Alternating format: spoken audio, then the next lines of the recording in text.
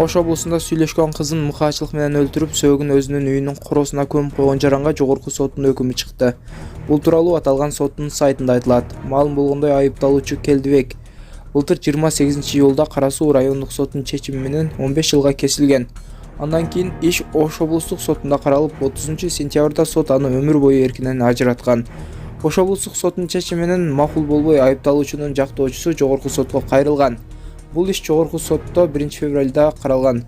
Соттун токтомунда айтылгандай, окуя былтыр 30-январда эртең менен болгон. Ал күнү Келдибек сүйлөшкөн кызы менен жолугуп, унаа менен алып кеткен. Унаада бара жатып экөө урушуп кеткен. Айыпталуучу жолдон дүкөнгө токтоп, кылмышка даярданып, бычак сатып алган. Болжол менен саат 10:00 үй жагына келгенде унаанын арт жагына олтуруп, сүйлөшкөн кызынын ичине, андан кийин көкүрөгүнүн сол тушуна 9 жолу бычак сайган. Аны менен токтоп калбай, мойнун кескилеп, күрөк менен уруп, моюн омурткаларын сындырган. Кылмышын жашыруу максатында маркумдун сөөгүн өзү жашаган үйдүн короосуна көмүп койгон. Андан кийин кыздын кийимдерин, зачеттик китепчелерин жана бычакты капка салып, дааратканага таштап салган. Түшкөн маал окуусуна кетип, кечинде үйүнө келгенден кийин маркумдун сумкасын, телефонун жана башка буюмдарын суу каналга ыргыткан.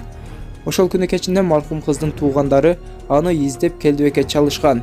Ал кызды көрбөгөнүн айткан. Эртеси күнү достук пост аркылуу Өзбекстанга чыгып, ал жактан Россияга учуп кеткен. Кийинчерээк 8-февралда ал кармалган. Соттук медициналык экспертиза маркум 6-7 жумалык кош бойлуу болгонун көрсөткөн. Жогорку сот ишти карап чыгып, облустук соттун өмүр бою эркинен ажыратуу тууралуу чечимин өзгөртүүсүз калтырган.